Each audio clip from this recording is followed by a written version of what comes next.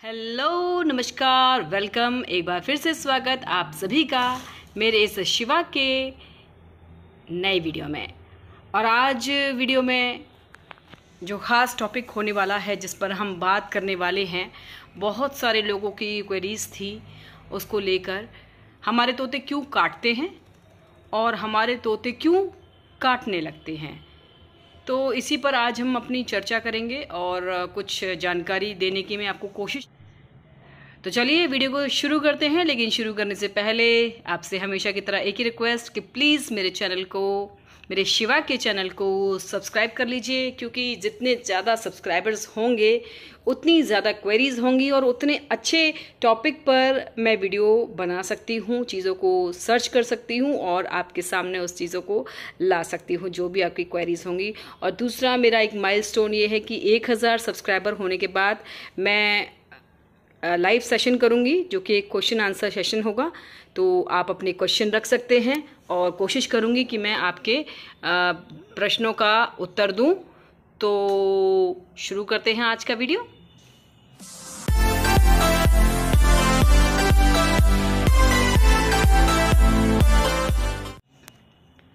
तो दोस्तों, आज की वीडियो में जैसे कि मैंने बताया कि आज की वीडियो का टॉपिक ये होने वाला है कि हमारा तोता क्यों काटता है और क्यों काटने लग जाता है। यानी कि अगर मान लीजिए पहले से आपका पैरेट नहीं काट रहा है और अब आपको क्यों काटने लगा है, इस पर हम चर्चा करेंगे। तो देखिए, पहला जो क्वेश्चन है वो ये कहता है कि अगर आपका पैरेट आप लेकर आए हैं, जब लेकर आए हैं, छोटा सा बच्चा लेकर आए हैं, तो आपने उसको अपने हाथ से खाना कैसे खिलाया और आपने अपने हाथ को किससे टच किया, ये उसका जो डर है ना, वो ख़त्म होना बहुत ज़रूरी है। देखो, शिवाय से काट नहीं रहा मुझे, बस ये देखो, ये देखो, ये देखो, ये देखो, ये मुझे ज़ोर से नहीं काट रहा, लेकिन दोस्तों ये बस ये कह रहा है कि मुझे डिस्टर्ब मत करो, बाकी कोई कारण नहीं है। ये मुझे काट नहीं रहा है। मुझे इसके, अगर ये गुस्सा कभी दिखाता भी है तो बहुत ज़ोर से कभी भी नहीं काटता कि मुझे लग जाए, कभी भी चोट लग जाए। तो ऐसे शिवा कभी भी नहीं काटता है, क्योंकि उसको भी पता है कि मुझे किस इंटेंसिटी से बस डराना है। मतलब ये मुझे डराने की कोशिश करता है कि डोंट टच मी। आज ये नहाया है ना, तो इसलिए अपने पंखों को संवार रहा है। तो पहला क्वेश्चन, जो जैसे मैंने बताया कि हमारे पैरेट क्यों काटने लगते हैं, जब हम पैरेट को लेकर आते हैं और हम उनको अपने हाथों से फ्रेंडली नहीं करते, तो हमसे डरते हैं और डर के कारण ही हमारा पैरेट हमको काटता है, क्योंकि वो अपनी सुरक्षा कर रहा होता है, इस वजह से काटता है।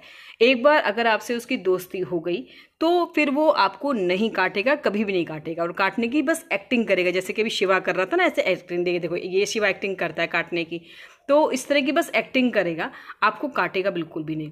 और अगर तो आपने पैरेट को लाए हैं और फिर आपने उसको पिंजरे में डाल दिया है, पिंजरे में ही रख के लाए हैं और अपने हाथों से आपने उसको फ्रेंडली नहीं करवाया है, तो फिर आपका पैरेट आपको ज़रूर काटेगा। और फिर आप सोचें कि आप उसे दोस्ती कर लें, तो वो थोड़ा मुश्किल है। अब ये कौन सी एज है जहाँ पर आप अपनी दोस्ती शुरुआत कर सकते हैं? मान लीजिए आप पैरेट लेकर आए 4 महीने का, 5 महीने का, 6 महीने का, यानी कि आप 6-7 महीने से ज़्यादा की उम्र के पैरेट मत खरीद के लाइए। और अगर आपके पैरेट 1 साल से ऊपर का हो गया है, तो फिर उसको हैंड टेम होना मुश्किल होता है, उससे आपकी दोस्ती होना मुश्किल होता है। और जब दोस्ती नहीं होगी तो फिर वो आपको काटेगा।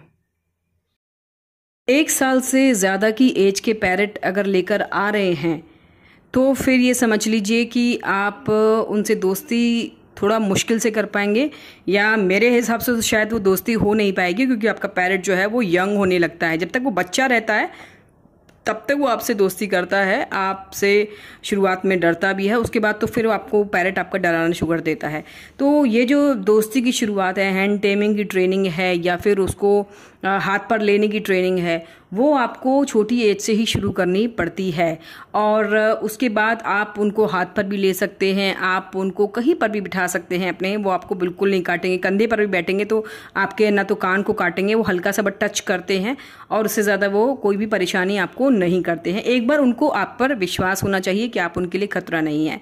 दूसरी बात यह है कि मान लीजिए आपने अपने पैरेट को लाकर ट्रेन कर दिया, हैंड टेम कर दिया, उसके बाद आपने, ये मैं तब बात कर रही हूँ जब उसकी एज 1 साल से कम है, वो उस कंडीशन में मैं आपको बता रही हूँ कि आप पैरेट लेकर आए 2-2.5 महीने का, आपने उसको हैंड टेम किया और वो आपको नहीं काट रहा है, आपसे अच्छे से बात कर रहा है, आपके साथ घुल मिल गया है, लेकिन उसके बाद आपको कोई काम पड़ गया या फिर आपने देखा कि आपका पैरेट कुछ नुकसान कर रहा है, या आपको ये डर है कि पैरेट की जान को खतरा हो सकता है, क्योंकि एक मेरे व्यूवर्स थे, उन्होंने बताया कि उनके पैरेट को बिल्ली खा गई।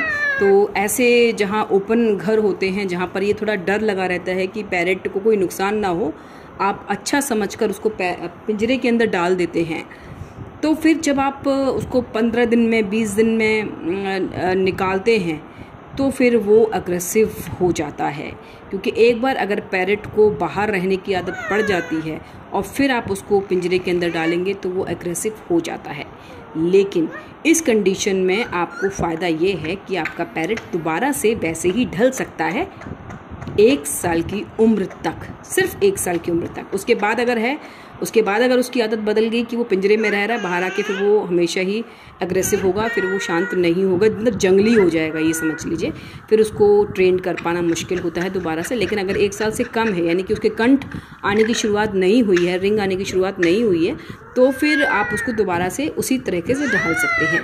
अब क्वेश्चन ये आता है कि पैरेट को हम कितना टाइम अंदर रखें कि बाहर रखें। ये बहुत सारे क्वेश्चंस होते हैं कि पैरेट को पिंजरे में रखना ठीक रहता है कि, वैसे मैं इस पर भी एक डिटेल वीडियो बना दूंगी। लेकिन जैसे कि मान लीजिए मेरा शिवा है, उसको मैंने शुरू से बाहर रखा है, मेरे को बहुत सारा नुकसान भी उसने पहुंचाया है, रिमोट काट लेता है, अगर कोई वायर उसके रीच में है तो वो वायर को काट लेता है। तो ये थोड़ी सी शुरुआती तौर पर मेरे से गलती हो गई कि मैंने उसको अंदर नहीं डाला, लेकिन सोते वक्त मैंने हमेशा उसको अंदर केज में ही रखा है, क्योंकि सेफली, ताकि वो सो सके और सुकून की नींद ले सके। तो सोते वक्त हमेशा अपने पैरेट को केज के अंदर ही डालें अगर आपका पैरेट बाहर रहता है। अगर आपका पैरेट आप केज में ही रखते हैं तो आप उसको कम से कम दिन में 3 से 4 बार बाहर निकालें, भले ही 15 मिनट के लिए निकालें, कमरे को बंद कर दें। और एक बार वो जब उड़ेगा तो एकदम अंधाधुंध भागेगा, उसको देखें वो कब तक बाहर बैठता है। उसको जब खाना नहीं मिलेगा, पानी नहीं मिलेगा, तो वो उतरकर ज़रूर आएगा, खाने के पास ज़रूर आएगा, आपके पास ज़रूर आएगा। तो ये आप कोशिश कर सकते हैं, और इससे हो सकता है कि आपका पैरेट जो काटना दोबारा से शुरू कर दिया है तो वो काटना बंद कर दे। तो ये था आज की इन्फॉर्मेशन जो मैंने आपको इस वीडियो में दी है। इसके अलावा अगली वीडियो में इस पर भी चर्चा कर सकते हैं हम, या फिर इसके अलावा जो भी चीज़ें जो क्वेश्चन मेरे पास आएंगे उन पर भी मैं बना सकती हूँ अपना अगला वीडियो। तो मैं सोच रही हूँ जो नेक्स्ट वीडियो मेरा हो वो मैं यही बताऊँ कि केज में रखना और बाहर रखना पैरेट को क्या नुकसान और क्या फ़ायदे हो सकते हैं, इस पर अगला वीडियो मेरा आ सकता है। और अगर आपका कोई कमेंट, मुझे ऐसा लगा कि बहुत ज़्यादा कमेंट किसी एक चीज़ पर आ रहे हैं, तो मैं वीडियो अगला उस पर बनाने वाली हूँ।